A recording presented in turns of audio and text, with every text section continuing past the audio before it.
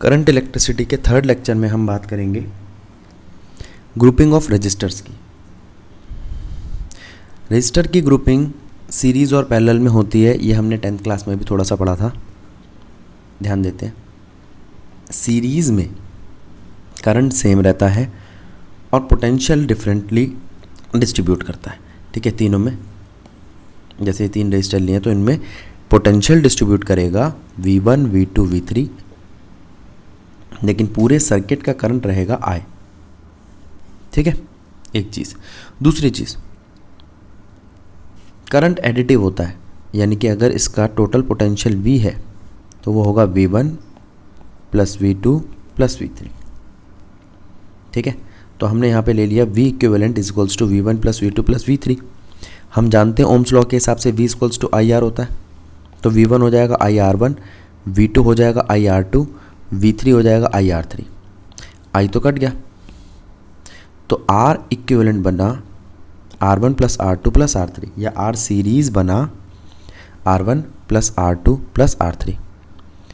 और वो कहता है अगर n आइडेंटिकल रेजिस्टर्स होंगे तो R इक्विवेलेंट बन जाएगा NR, और आपका V जो हो जाएगा वो हो जाएगा V डिवाइडेड बाय N। किसी एक का पोटेंशियल जो होगा वो होगा total potential divided by N, यानी कि ये सारे के सारे अगर सेम रेजिस्टर होंगे तो ये V/3 V/3 और V/3 हो जाएगा, ठीक है। देखो मैं बनाता हूँ यहाँ पर एक, यहाँ बना देते हैं।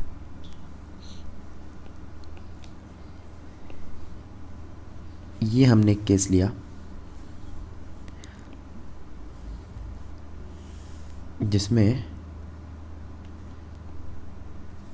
ये है वोल्टेज V की बैटरी, ठीक है।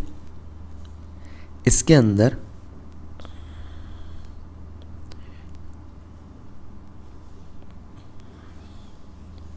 ये 5 रेजिस्टर सीरीज में, जिन पांचों की रेजिस्टेंस है R, तो R इक्विवेलेंट हो जाएगा 5R, जाहिर सी बात है, और पोटेंशियल डिस्ट्रीब्यूट हो जाएगा V/5 V/5 सब में, ठीक है। और पैरेलल की बात करें तो पैरेलल में पोटेंशियल डिफरेंस तो सेम रहता है और करंट डिस्ट्रीब्यूट हो जाता है। ये रहा जंक्शन पॉइंट, इससे पहले करंट था I, इसके बाद हो गया I1 plus I2 plus I3। हाँ, ये बात ध्यान रखनी है कि I जो है आपका वो इक्वल है I1 plus I2 plus I3 के, वही लिख दिया हमने, I equivalent is equals to I1 plus I2 plus I3। I को हम लिख सकते हैं ओम्स लॉ के हिसाब से V/R, V कॉमन है इसलिए दोनों साइड कट जाएगा, ठीक है। तो हमारे पास R इक्विवेलेंट क्या आएगा, 1/R equivalent is equals to 1/R1 plus 1/R2 plus 1/R3। आप कह सकते हो पैरेलल में रेजिस्टेंस का इन्वर्स ऐड होता है और सीरीज में रेजिस्टेंस ऐड होता है, ठीक है। आगे चलते हैं। अभी हमने एक बेसिक सा सर्किट लिया जिसमें हम काफ़ी सारी चीज़ें देखेंगे। पहली चीज़ आती है आपकी बैटरी, ठीक है। ये आपकी बैटरी है, इसकी पॉजिटिव टर्मिनल से करंट फ्लो करना स्टार्ट करता है, ठीक है। ये जंक्शन है,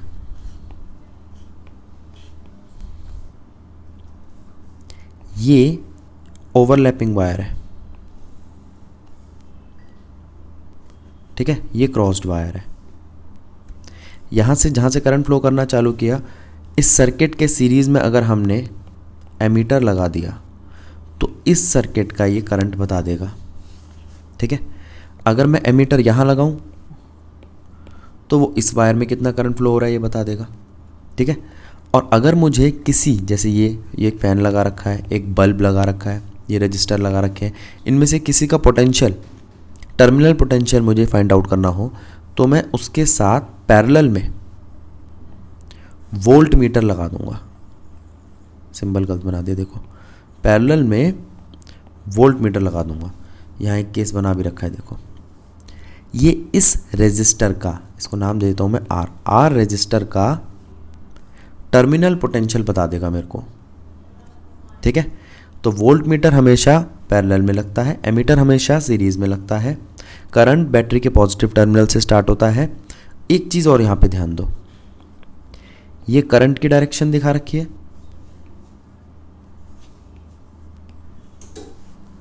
तो ये हो गई आपके इलेक्ट्रॉन की डायरेक्शन।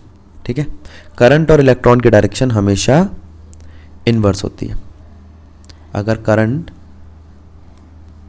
पॉजिटिव टर्मिनल से नेगेटिव टर्मिनल की तरफ फ्लो करता है तो इलेक्ट्रॉन नेगेटिव टर्मिनल से पॉजिटिव टर्मिनल की तरफ फ्लो करते हैं। ये सिंबल बता दिया आपको, वोल्ट मीटर एमीटर किसे कहते हैं। ये की होती है, की ऊपर सर्किट में मैंने बनाई नहीं, बना देता हूँ।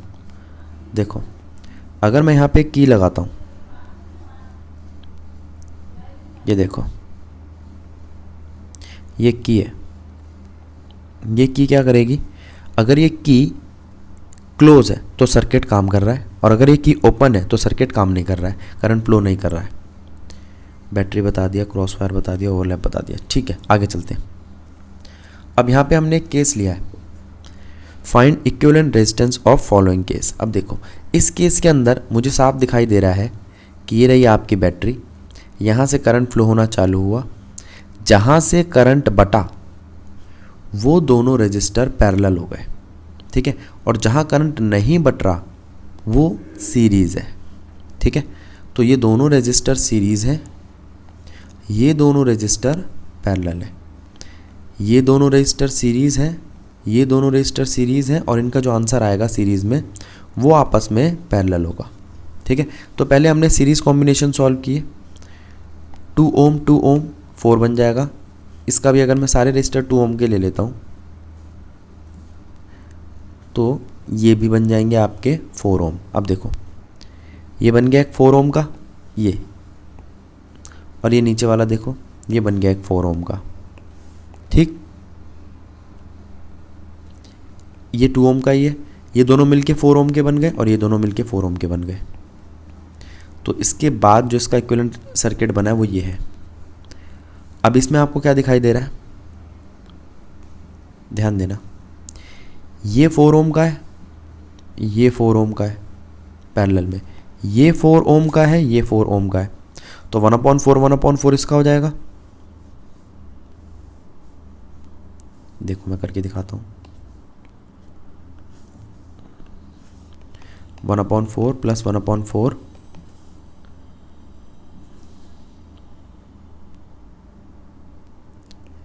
आर डैश नाम दे रहा हूँ, तो 1/r डैश कितना आएगा, 2/4, आर डैश आ जाएगा 2 ओम।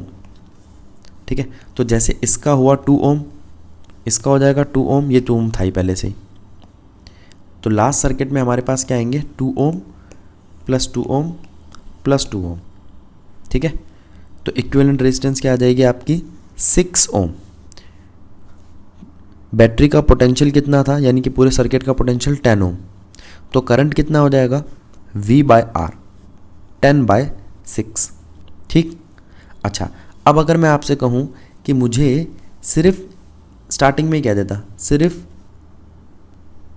A to B का पोटेंशियल बताओ, तो हम क्या करेंगे, ये सर्किट को सॉल्व करते करते उस पोजीशन पे ले जाएंगे जहाँ ये पॉइंट सीरीज़ में हो और आपको A और B दिखाई भी दे रहे हैं। ठीक है, तो A to B का जो क्वेश्चन था कि A to B के पोटेंशियल बताओ, तो वो होगा V2। तो हम यहाँ कह सकते हैं जो करंट यहाँ से आया था वो तीनों में सीरीज़ में सेम रहा और पोटेंशियल डिस्ट्रीब्यूट हो गया। देखो ये पोटेंशियल ये रहा आपका V1, V2 और V3।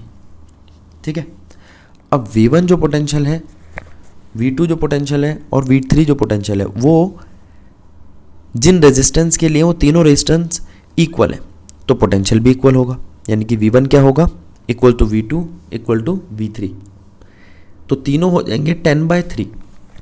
10 टोटल पोटेंशियल है ना, अभी हमने जो पीछे बात की थी, 10/3 10/3 और इसका भी 10/3। ठीक है, या आप ये भी कह सकते हो V1 होगा IR1, V2 होगा IR2, V3 होगा IR3। ठीक है,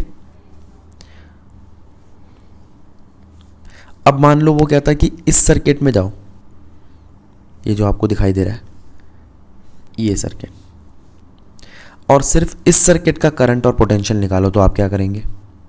अब ज़रा ध्यान देना, नीचे मैंने आपको V1 बता दिया है, V2 बता दिया है और V3 बता दिया है। V1 को देखना, V1 2 ओम के लिए और वो इस सर्किट के लिए था। मैं बना के दिखाता हूँ आपको। V1 यहाँ था और वो इस वक्त यहाँ दिखाई दे रहा है, ये देखो दिख रहा है। V2 का है, V2 यहाँ है और वो इस वक्त आपको कहाँ दिखाई दे रहा है? इधर। V3 का है, V3 यहाँ है और इसका सर्किट का है इधर। ठीक है, तो V1 V2 V3 दिखाई दे रहा है। ठीक है, अब आपसे कोई पूछता है V1 जो पोटेंशियल था वो कितना था? IR1।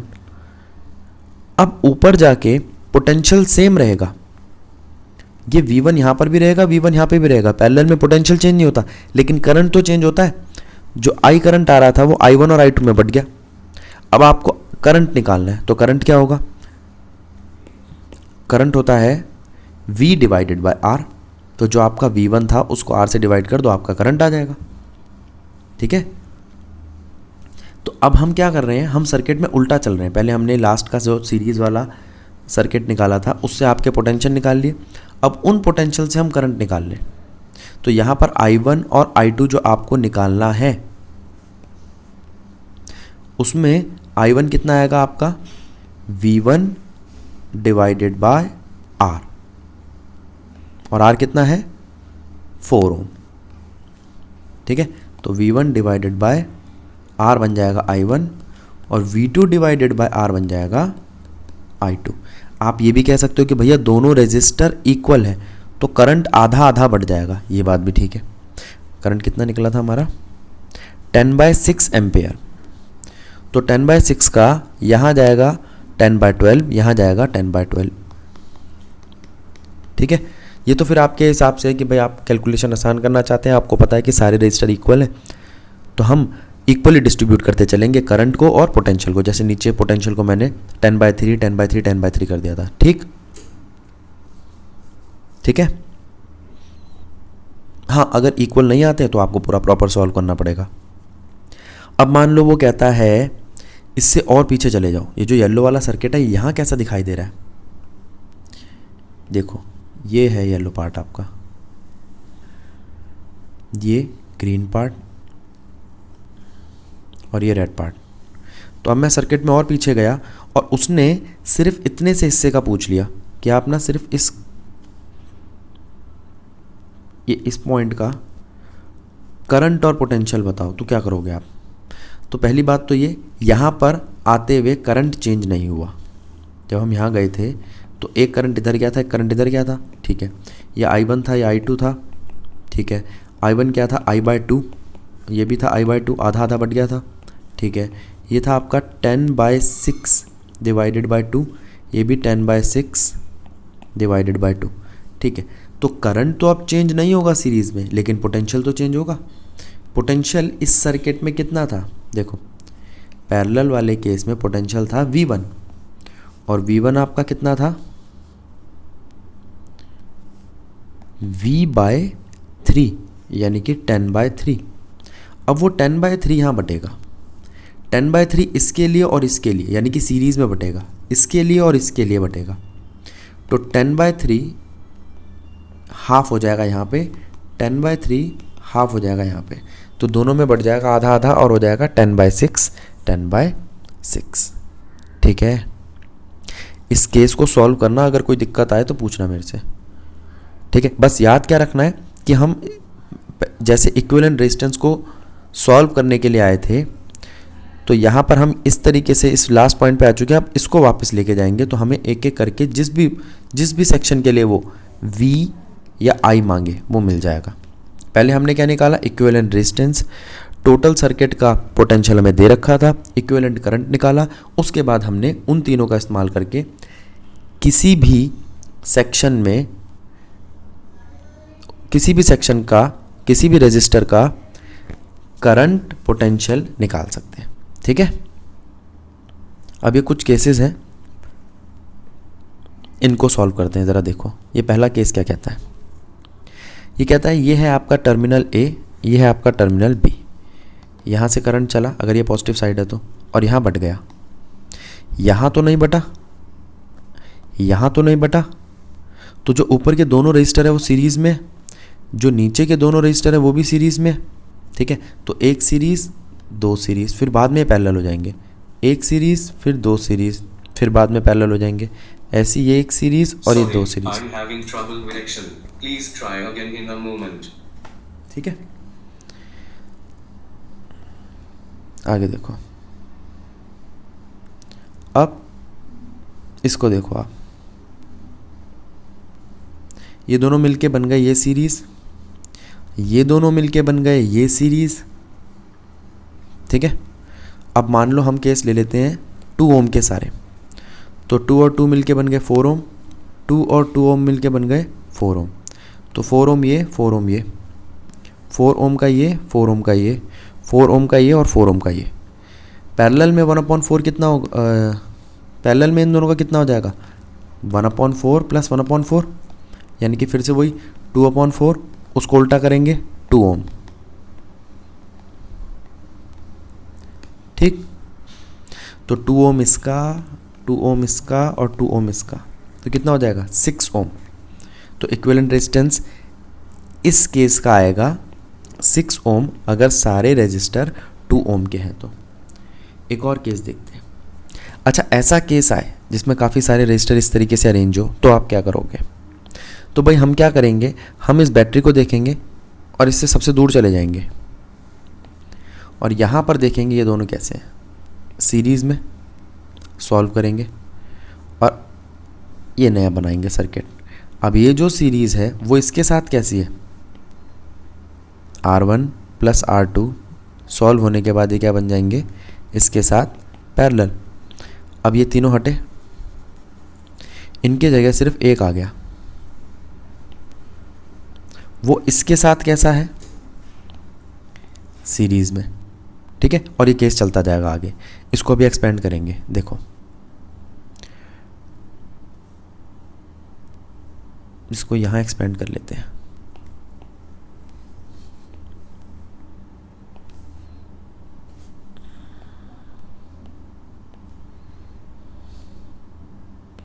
देखो अब इस केस का अगला स्ट्रक्चर बनाने जा रहा हूं मैं।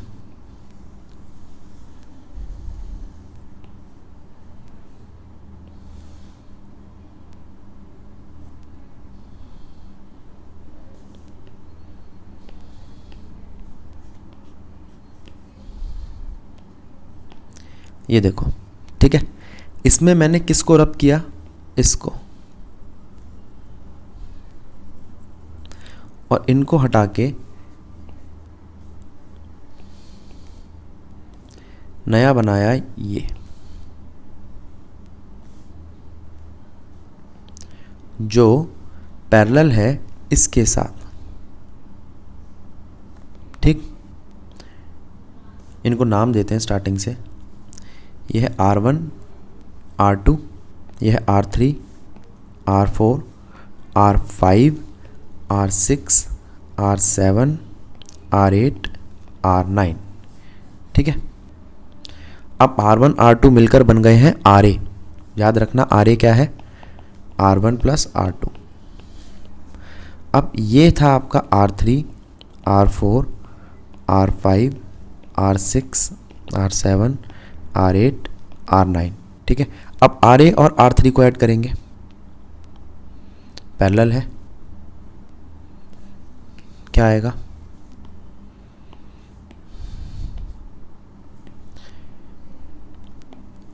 अगले सर्किट में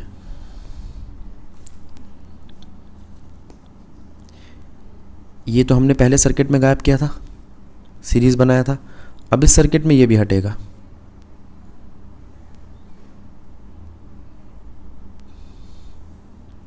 पैरेलल से। ठीक है, और ये वाला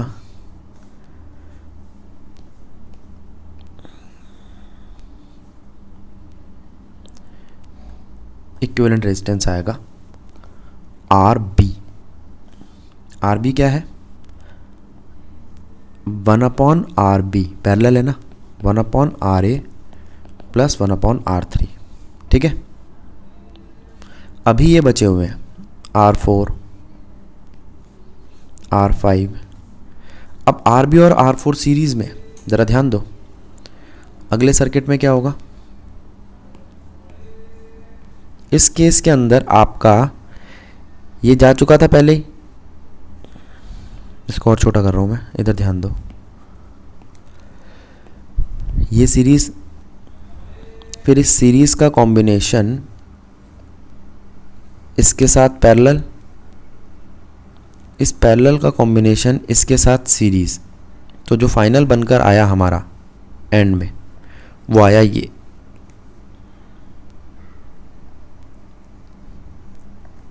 तो पूरा का पूरा एक जो रेक्टेंगुलर पीस था वो तो सॉल्व हो गया।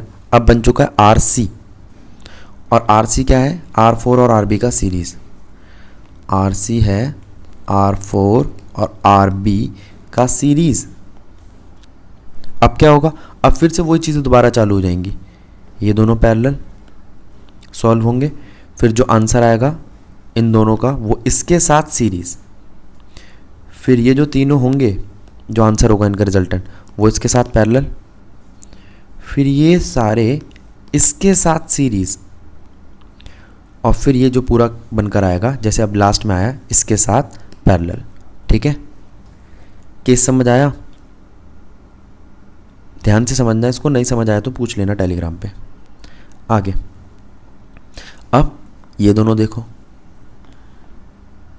ये दोनों सीरीज़ में है। अगले सर्किट में क्या होगा? इसको हटा देंगे हम,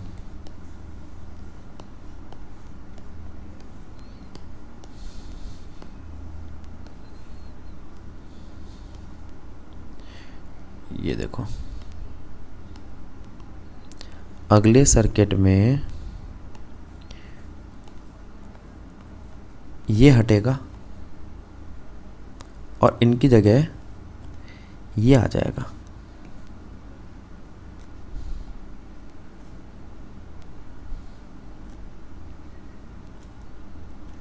ठीक है, मैं नाम देता हूँ R1, R2, R3, R4, R5। R1, R2 मिलके बनेगा RA, R3, R4, R5। ठीक है, अब RA और R3 को जोड़ेंगे,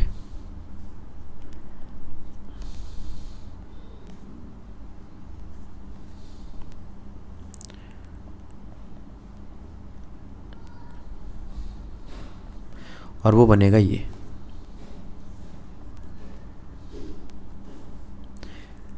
RA और R3 मिलके बनेगा RB। इसको आप RB को आप लिख सकते हो 1/RB = 1/RA प्लस 1/R3। ठीक है, अब दिखाई दे रहा है RB R4 सीरीज़ में और R5 उनके साथ एंड में पैरेलल में आ जाएगा। RB और R4 को जोड़ा, RC बना, R5 के साथ RC पैरेलल में। ठीक है, इक्विवेलेंट रेजिस्टेंस आ जाएगा। समझ आया? अब एक ये केस और देखो, इस केस में ये पॉजिटिव टर्मिनल और ये नेगेटिव टर्मिनल मान लो, तो पॉजिटिव टर्मिनल इधर, इधर और इधर पॉजिटिव पार्ट बना देगा इन तीनों रजिस्टर का। नेगेटिव टर्मिनल इधर, इधर और इधर। ठीक है, तो अब आप एक चीज़ को देखो, अगर तीनों के पॉजिटिव एक तरफ है और नेगेटिव एक तरफ है तो ये केस पैरेलल का है सीधा सीधा। मैं बना के दिखाता हूँ आपको। अगर 3 रजिस्टर पैरेलल में है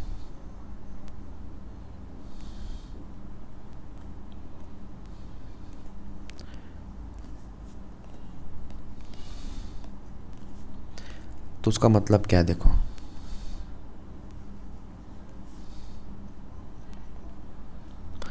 ये अगर पॉजिटिव है, ये अगर नेगेटिव है, तो ये तीनों साइड पॉजिटिव होगी और ये तीनों साइड नेगेटिव। ठीक है, तो इस वाले तरीके से हमने इसको समझा कि इसकी तीनों साइड एक तरफ पॉजिटिव थी एक तरफ नेगेटिव थी, तो ये तीनों पैरेलल में है। R1, R2 और R3 तीनों पैरेलल में है। ठीक है, और अब तो सॉल्व करना आसान हो गया इसको। तो यहाँ पे आपका रेजिस्टर इन सीरीज़ और रेजिस्टर इन पैरेलल वाला टॉपिक कंप्लीट। नेक्स्ट लेक्चर में हम बात करेंगे सेल की।